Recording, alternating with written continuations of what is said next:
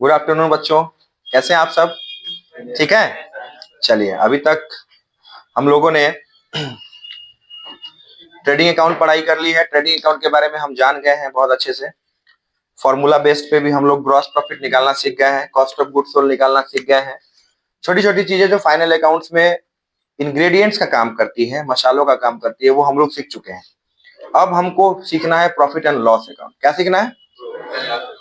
जैसा कि आपको पता है, ट्रेडिंग अकाउंट की तरह ये भी एक नॉमिनल अकाउंट होता है। कैसा अकाउंट होता है?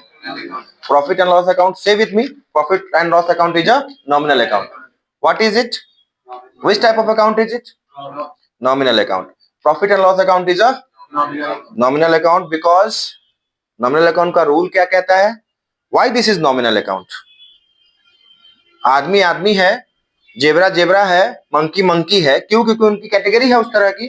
तो why this is nominal account? इसको नॉमिनल अकाउंट क्यों कहते हैं? इसके पीछे का रीजन क्या है? तो सबसे पहला रीजन है कि इसमें जितने भी सारे एक्सपेंसेस, लॉसेस एंड पेमेंट्स होते हैं उसको डेबिट करते हैं। कहां लिखते हैं? All the expenses, losses and payments are to be debited to profit and loss account. ठीक है। प्रॉफिट लॉस अकाउंट हम जो बनाते हैं, लाभ हानि खाता, हिंदी में लाभ हानि खाता बोल दीजिए, लाभा लाभ खाता बोल दीजिए। ठीक है, इसको बोलते हैं। तो जितने भी सारे एक्सपेंसेस होते हैं, लॉसेस होते हैं, पेमेंट्स होते हैं, उनको हम डीआर साइड में लिखते हैं। इसके अकाउंट है तो जाहिर सी बात है डेबिट और क्रेडिट भी होगा। और जितने भी सारे इनकम्स है, रेवेन्यूज है, गेन्स है, उन सभी को हम लोग क्रेडिट साइड में लिखते हैं। अभी थोड़ी देर पहले चर्चा हुई कि रेवेन्यू क्या है। Revenue is the receipt of the business, it's not your receipt. आपका इनकम नहीं है, इनकम ऑफ द बिजनेस कहलाता है रेवेन्यू। क्या कहलाता है? बिजनेस। दुकान पे हम बैठे हुए हैं, दुकान में दिन भर 20,000 का सेल हुआ। कितने का सेल हुआ? वो 20,000 हमारा रेवेन्यू नहीं है, वो बिजनेस का रेवेन्यू है और बिजनेस का इनकम है, वो हमारा इनकम नहीं है। उस 20,000 के माल को बेचने के लिए हम कम से कम 18,000 लगाए होंगे, तभी तो 2,000 आएगा ना भैया। तो 2,000 जो आया वो मेरा इनकम है, लेकिन बिजनेस का इनकम है 20,000। Revenue is simply called the incomes of the business या total receipt of the business. It is called revenue. कई बार बच्चे फंस जाते हैं इनकम और रेवेन्यू के बीच में। Income is not the total revenue is not known as your income. Income comes when we deduct the expenses or expenditures from revenue। जब हम रेवेन्यूज में से एक्सपेंसेस और लॉसेस को या फिर पेमेंट को घटाते हैं तो हमारा इनकम निकल के आता है। समझ में आया? रेवेन्यूज में से जब हम पेमेंट्स को घटाते हैं, एक्सपेंसेस को घटाते हैं, तो हमारा इनकम निकल के आता है। ठीक है, तो वो हो गया। तो जितने भी सारे रेवेन्यूज है, इनकम्स है, गेन्स है, उसको पीएल के सीआर साइड में लिखते हैं। कहां लिखते हैं? कहां लिखेंगे भैया? सीआर साइड में। आगे बढ़े। चलिए, अब आते हैं सर इसका बनाने का तरीका क्या है, कैसे बनाते हैं? जस्ट लाइक आप ट्रेडिंग अकाउंट बनाते थे वैसे ही बनाते हैं। थोड़ा सा मेरे साथ आप देखिए, आपको समझ में आ जाएगा। एक रफ फॉर्मेट आप लोग भी खींचिएगा। अगर हम साथ में बना रहे हैं ट्रेडिंग और पीएल तो कोई बात नहीं है, उसी के नीचे लिख देंगे। लेकिन अगर हम अलग से बना रहे हैं तो लिखेंगे profit and loss account of. नाम जरूर देंगे, नाम जैसे जिसका ट्रेडिंग होगा उसी का प्रॉफिट लॉस भी होगा। तो profit loss account of for the year ended. ठीक है, जब भी हो रहा है एंड उसमें फॉर्मेट खींचेंगे तो डेट वेट देने की जरूरत नहीं है। देख लीजिए, पर्टिकुलर्स और अमाउंट। क्या क्या होगा भैया? पर्टिकुलर्स और अमाउंट, फिर पर्टिकुलर्स और अमाउंट। इसको बोलेंगे सीआर, इसको बोलेंगे डीआर। मुझे एक बात बताइए आप लोग, ट्रेडिंग अकाउंट में अगर ग्रॉस प्रॉफिट हुआ है तो ग्रॉस प्रॉफिट हुआ होगा तो यहां लिखे होंगे टू ग्रॉस प्रॉफिट ट्रेडिंग के फॉर्मेट में। तो उसको पीएल में बाई में ट्रांसफर करते हैं। तो अगर हम पीएल शुरू करते हैं, जनरली पीएल जब हम बनाते हैं लिखते हैं बाई ग्रॉस प्रॉफिट बीडी या gross profit transferred from trading account. ठीक है, अमाउंट लिख देंगे। ठीक है, अगर ग्रॉस लॉस होता है तो क्या करेंगे? तो यहां लिखेंगे टू ग्रॉस लॉस बीडी या gross loss transferred from trading account. ठीक है बेटा, कोई दिक्कत? तो एक बात ध्यान रखिएगा, लॉस हमेशा ब्रैकेट में होता है। आप एक बात ध्यान रखिएगा, दोनों में से कुछ एक ही होगा, दोनों नहीं होगा। ये तो फॉर्मेट के ऊपरी हिस्सा है, इसलिए मैं बता रहा हूं कि अगर लॉस होगा तो आपको इससे शुरू करना है, तो फिर ये नहीं रहेगा। और अगर ट्रेडिंग में ग्रॉस प्रॉफिट आ रहा है तो फिर ये नहीं रहेगा, ये लिखेंगे आप क्रेडिट साइड में। कहां लिखेंगे? क्रेडिट साइड में। जब ये हो गया मान लिए, अब इसके बाद डेबिट साइड का आइटम्स क्या होगा, तो हम ये मानकर चलते हैं कि प्रॉफिट है। क्या मान के चलते हैं? प्रॉफिट है, ताकि आप कंफ्यूज ना हो। और बनाते बनाते आपको 4-5 क्वेश्चन जब आप बनाएंगे तो आपको प्रैक्टिस हो जाएगा, अपने आप समझ में आ जाएगा कि क्या कहना चाह रहे थे आप। इसके बाद लिखेंगे to salary, to wages and salaries. अगर होगा तो दोनों साथ में होगा तो नहीं, salaries and wages. To salary हो गया, उसके बाद टू सैलरीज एंड वेजेस, उसके बाद to commission, to repairs, to trade expenses, to general expenses, etc। बहुत सारे एक्सपेंसेस होंगे इसमें। ठीक है, अभी हम लोग बात करेंगे इनडायरेक्ट एक्सपेंसेस के बारे में, तब समझ में आएगा आपको। जितने भी सारे इनडायरेक्ट एक्सपेंसेस होंगे सब पीएल के डीआर साइड में आएगा। कहां पे आएगा? पीएल के डीआर साइड में। उसके बाद टू डिस्काउंट, आपको याद होगा आप डिस्काउंट दिए थे। अगर आपने डिस्काउंट दिया है, जर्नल लेजर में डिस्काउंट देखे होंगे ना, डिस्काउंट अगर आपने दिया है तो उसको डेबिट साइड में शो करेंगे। कहां पे शो करेंगे? सब आके फाइनल अकाउंट में ही समाप्त होगा। जो भी आपको कल बताया था मैंने कि जो भी अतिरिक्त आत्माएं हैं वो सब कहां समाप्त होता है आकर के? डेबिट साइड में। उसी तरह से अतिरिक्त आत्माएं मतलब क्या होता है, मैंने कल बताया था कि लोग कोई घर में मर जाता है तो उसका क्रियाक्रम करके उसका डेबिट क्रेडिट करते हैं ना। अगर वो बच गया, उसकी आत्मा को शांति नहीं हुई, तो फिर उसके लिए उपाय है, गया जाते हैं, हरिद्वार जाते हैं, है ना, बहुत जगह जाकर के उसके आत्मा की शांति की प्रार्थना करते हैं। उसी तरह से जो अकाउंट क्लोज हो गया, वो क्लोज हो गया, वो ट्रायल बैलेंस में अपीयर नहीं करेगा। लेकिन जो ट्रायल बैलेंस में गलती से या सही से आ गया तो फिर उसका जगह धराना जरूरी है। उसका जगह कहां मिलेगा? वो या तो ट्रेडिंग में जाके खत्म होगा, मैच हो जाएगा, या फिर वो पीएल में जाएगा, या फिर वो बैलेंस शीट में जाएगा। इसी 3 जगहों पर से कहीं पर उसको स्थान देकर के खत्म किया जाएगा। क्योंकि अगर मान लीजिए कि मनोहर के यहाँ मेरा 50 रुपया बाकी है और मनोहर हमको 50 रुपया दे दिया, तो हमारा और मनोहर का हिसाब क्लियर। तो ना वो अपने ट्रेडिंग में हमको लिखेगा और ना हम अपने अपने ट्रायल बैलेंस में ना वो हमको शो करेगा, ना हम अपने ट्रायल बैलेंस में उसको शो करेंगे। समझ में आई बात? लेकिन अगर ट्रायल बैलेंस में कुछ आया है तो उसको क्लोज किया जाएगा फाइनल अकाउंट्स के माध्यम से। समझ में आई बात? तो यहाँ देखिए, डिस्काउंट अगर आ गया, डिस्काउंट को लिख देंगे। उसके बाद मान लीजिए यहाँ पर जो भी है बैंक चार्जेस, ये आपको आ सकता है, bank charges, interest on loans, rent या ऑफिस रेंट। बुक देखिए ना, बुक में फॉर्मेट होगा, इंश्योरेंस,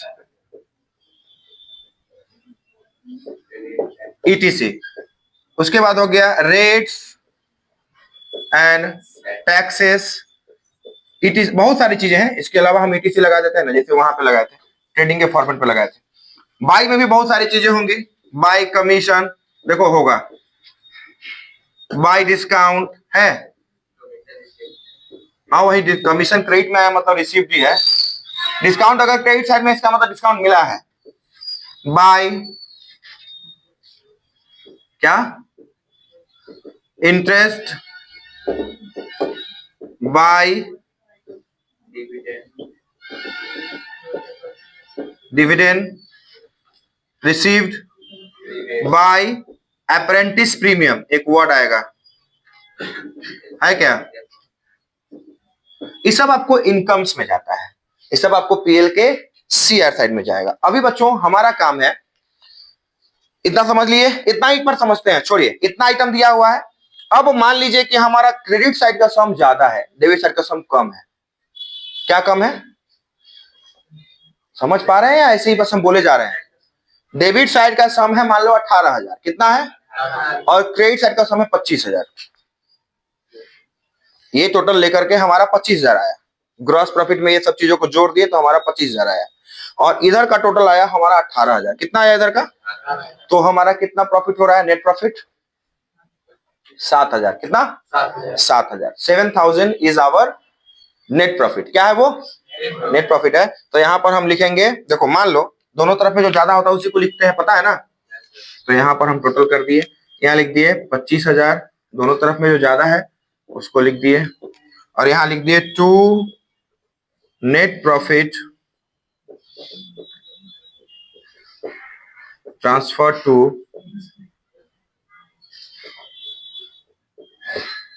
कैपिटल। कितना? 7,000। तो नेट प्रॉफिट होगा उसको हम लोग ट्रांसफर कर देंगे कैपिटल में। कहां पे? कैपिटल में। अभी चलिए इसके बारे में हम लोग बात करेंगे जब क्लास 12 पढ़ाएंगे आपको। तो 12th क्लास में जब हम आपको पार्टनर्स कैपिटल पढ़ाएंगे तो ये चीज याद दिलाएंगे, इसलिए इस बात को नोट दिमाग में नोट करके रखिएगा। जब हम पीएल अकाउंट से जब प्रॉफिट लॉस बना लेते हैं तो हमारा जो नेट प्रॉफिट होता है वो हमारे कैपिटल में जाता है। एक लाइन याद रखिएगा कि profit increases the capital and loss decreases the capital. Loss पूंजी को घटा देता है और लाभ पूंजी को बढ़ा देता है। तो ये हम डिस्कस करेंगे, it will be discussed in class 12th also, so just mind it. Okay, ध्यान में रखिएगा इसको कि हम लोग प्रॉफिट लॉस को, सर ग्रॉस प्रॉफिट आया तो हम उसको पीएल में लिख दिए। कहां लिख दिए? लेकिन सर जब हमारा नेट प्रॉफिट आ रहा तो उसको हम ट्रांसफर कर दे रहे हैं कैपिटल में। इसलिए ट्रांसफर कर दे रहे हैं क्योंकि कैपिटल हमारा बढ़ जाता है, उससे क्या हो जाता है। और अगर नेट लॉस आता तो नेट लॉस इधर लिखते ना। अगर डेबिट साइड होता 25,000 और इधर होता 18,000 तो इधर लिखते net loss by net loss transfer to capital. Net loss भी कैपिटल में जाएगा और नेट प्रॉफिट होगा तो भी कैपिटल में जाएगा। अब कैपिटल में जाकर के लॉस होगा तो घट जाएगा और कैपिटल होगा प्रॉफिट होगा तो बढ़ जाएगा। ये बेसिक फंडामेंटल है, इसको ध्यान में रखने की चीज है। सपोज करिए आपके पापा ने आपको दिया 1 लाख रुपया कि जाओ बिजनेस करो, ठीक है। छोटा सा बिजनेस किया आपने और अभी आप स्टार्टिंग एज में थे तो घर में कोई खर्च आपको नहीं देना था, बस आप अपना कमा रहे थे और अपना बाइक का मेंटेन कर रहे थे, गाड़ी घोड़ा जो भी आपके पास में है, बाइक पेट्रोल कार जो भी आपके पास आप कर रहे थे।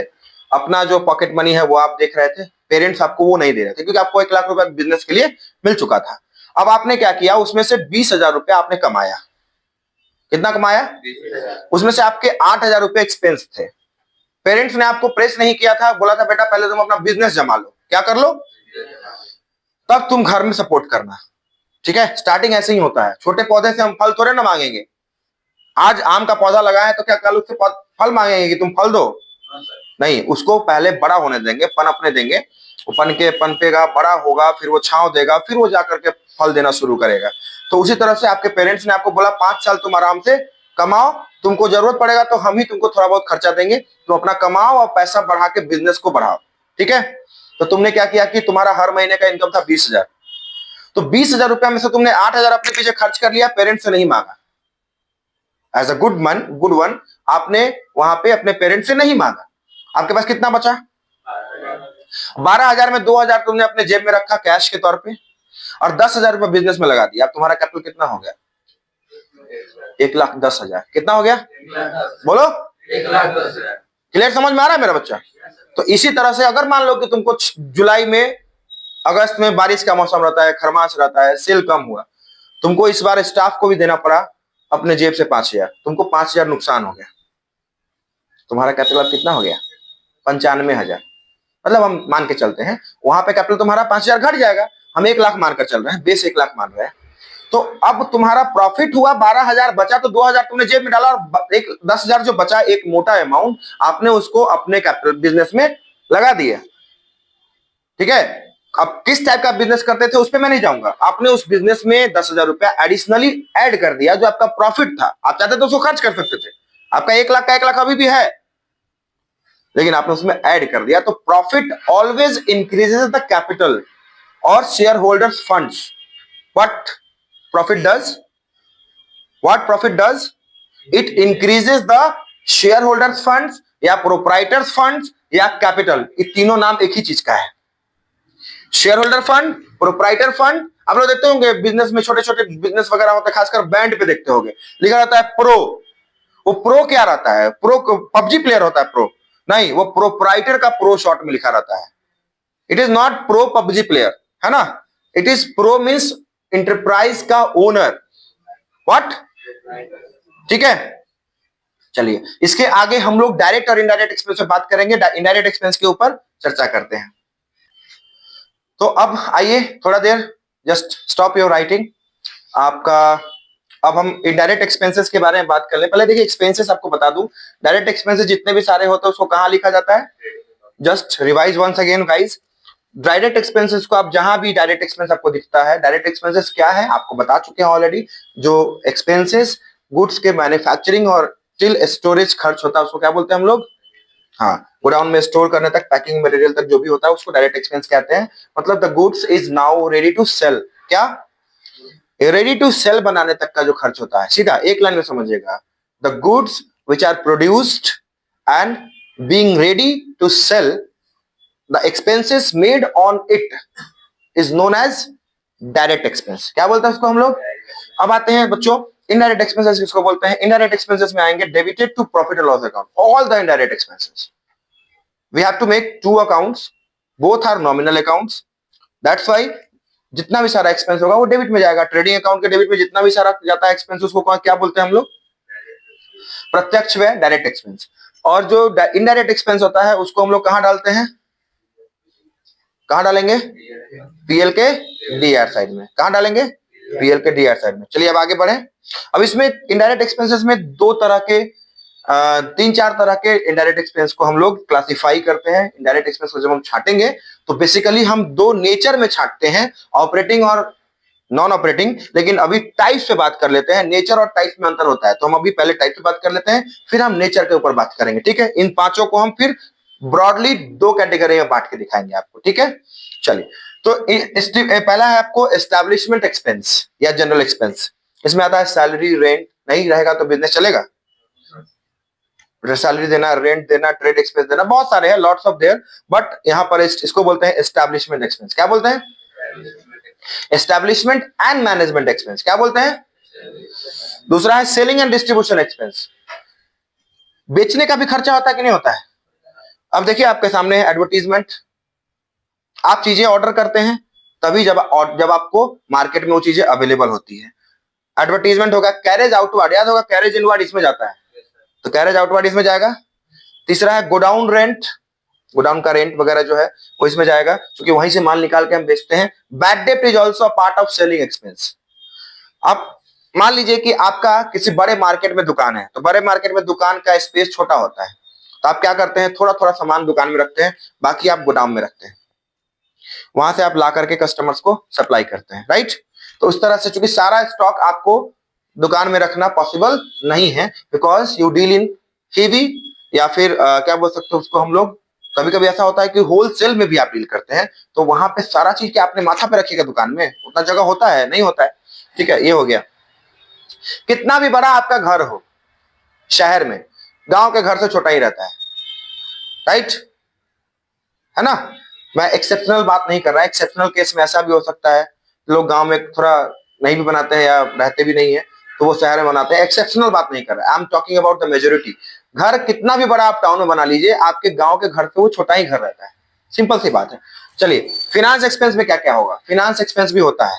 आपको पता है, आप बैंक से लोन लीजिएगा तो आपको वहां पर प्रोसेसिंग फीस देना पड़ता है। एक प्रोसेसिंग फीस होता है जो आपको बैंक लोन लेने के लिए आपको मतलब कुछ पेपर वगैरह, पेपर वर्क करती है, वो आपसे पैसा लेती है, अपना तरफ से नहीं लगाती है। तो हो गया, उसके बाद इंटरेस्ट हो गया, ब्रोकरेज हो गया, डिस्काउंट ऑन बिल्स हो गया, ये सब आपको फिनांस एक्सपेंस में आता है। किसमें आता है भाई? किसमें आता है? एबनॉर्मल और एक्स्ट्राऑर्डिनरी एक्सपेंसेस। ऐसे एक्सपेंसेस भी होते हैं जो बिजनेस में जनरली अकर नहीं होते हैं, बट वो एक्सपेंस होते हैं। क्या होते हैं?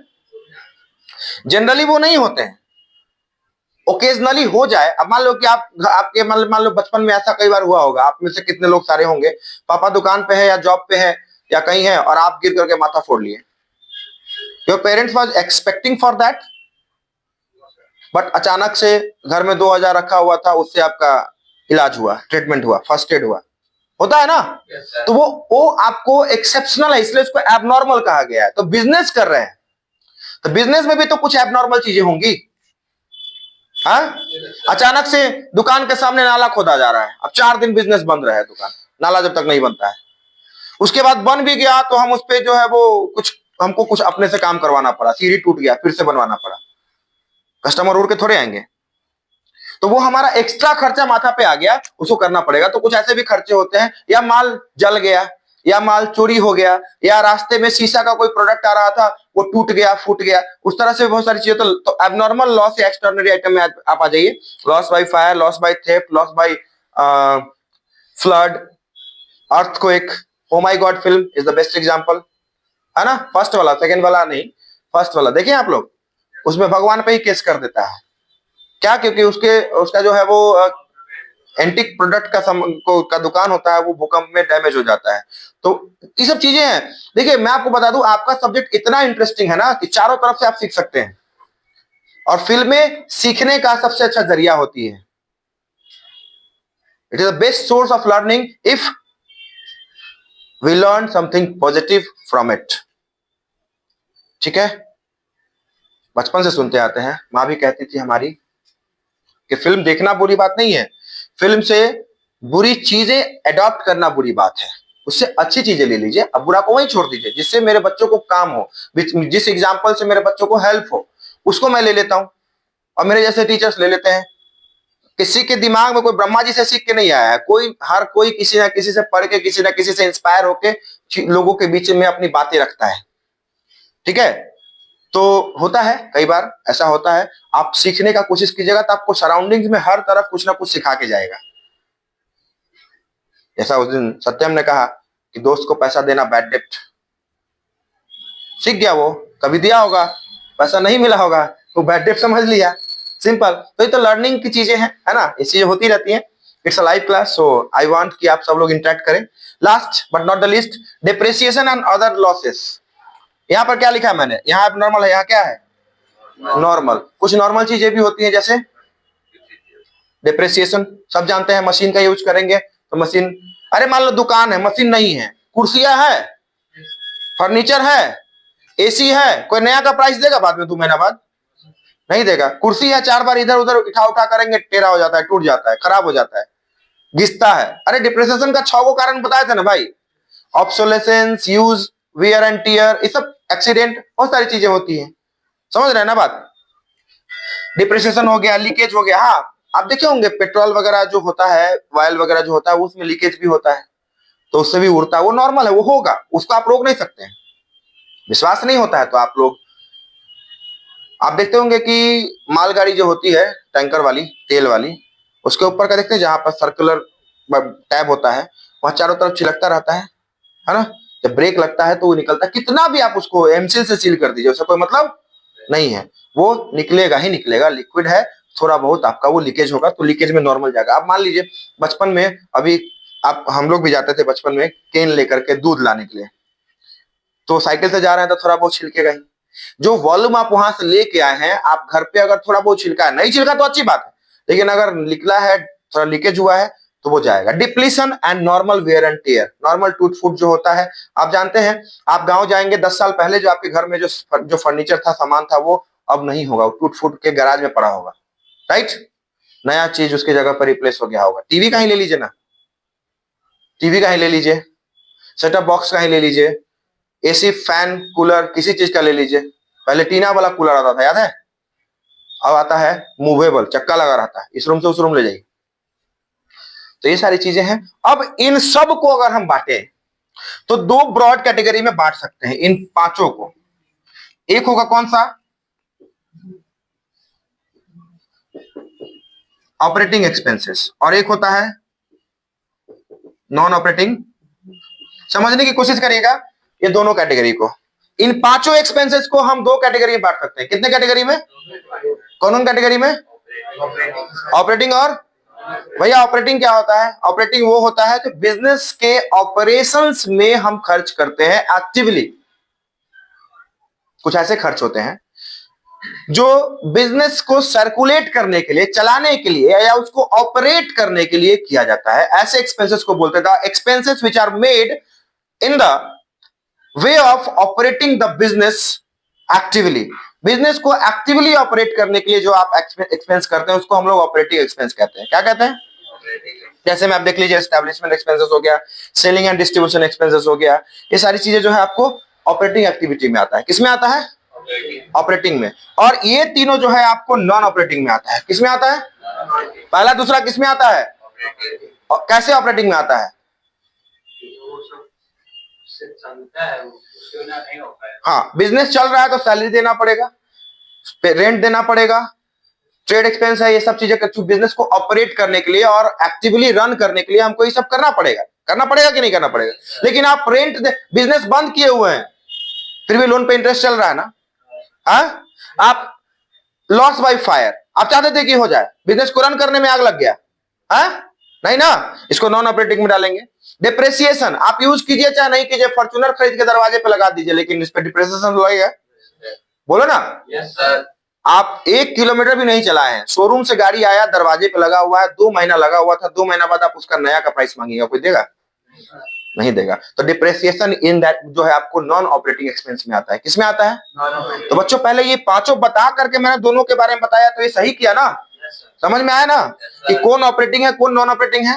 अब आपको वहां पर देखना है। अब एक चीज बताते हैं, यहां पर ध्यान दीजिए, ग्रॉस प्रॉफिट और नेट प्रॉफिट के बीच में वो और प्रॉफिट आता है, बताए थे आप लोगों को, और अभी जो बोल रहे थे उसी से रिलेटेड था वो। पूरा क्लास साइलेंट, यही मेरा बच्चा है, इसीलिए गर्दन फाड़ते हैं। आज खाना नहीं चाहिए, मंगलवार है, फास्टिंग है, एनर्जी में कोई कमी है? सब दिन की तरह पढ़ा रहे हैं, तो हम चाहेंगे ना कि आपसे एक्सपेक्ट करेंगे कि आप भी घर से पढ़ के आइए और हमको जवाब दीजिए, कि हमको थोड़ा और मोटिवेशन मिले अच्छा से पढ़ाने का। ग्रॉस प्रॉफिट और नेट प्रॉफिट के बीच में एक प्रॉफिट होता है, उसका नाम इससे शुरू होता है, ऑपरेटिंग प्रॉफिट। क्या बोलते हैं? क्या बोलते हैं उसको? ग्रॉस प्रॉफिट और नेट प्रॉफिट के बीच में क्या होता है? Operating profit. ठीक है, तो जैसे ऑपरेटिंग इनकम एक ऑपरेटिंग एक्सपेंस होता है और नॉन ऑपरेटिंग एक्सपेंस होता है, उसी तरह से ऑपरेटिंग इनकम भी और नॉन ऑपरेटिंग इनकम भी होता होगा। हाँ, तो ऑपरेटिंग प्रॉफिट कैसे निकलेगा उसका फॉर्मूला डाल दे, ऊपर का पोर्शन इरेज करें। चलिए, सीखते तो आप लोग सब है, लेकिन घर जाकर के भूल जाते हैं।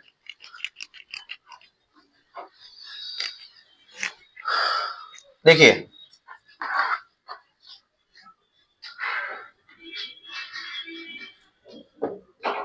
Operating profit is equal to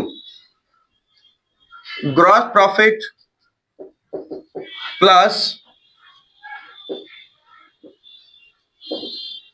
operating incomes minus operating expenses. ठीक है,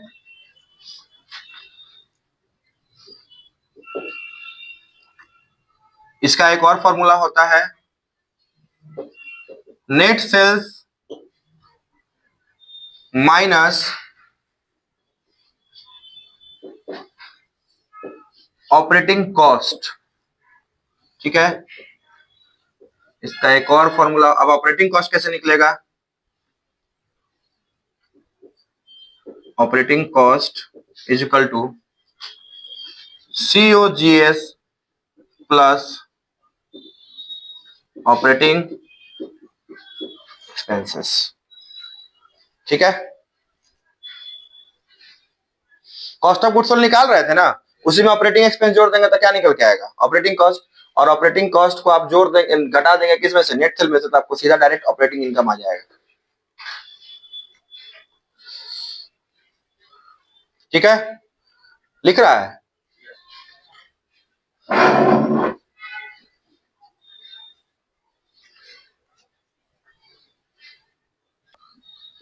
net profit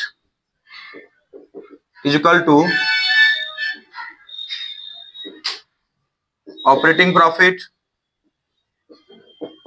plus non operating incomes minus non operating expenses. ठीक है, नेट प्रॉफिट का एक और फॉर्मूला होता है, gross profit plus operating and non operating incomes minus operating and non operating expenses.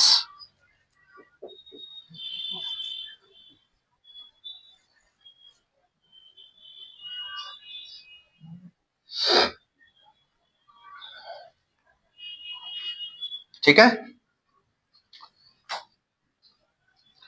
एक होता है नेट प्रॉफिट आफ्टर टैक्स। तो net profit before tax minus taxation.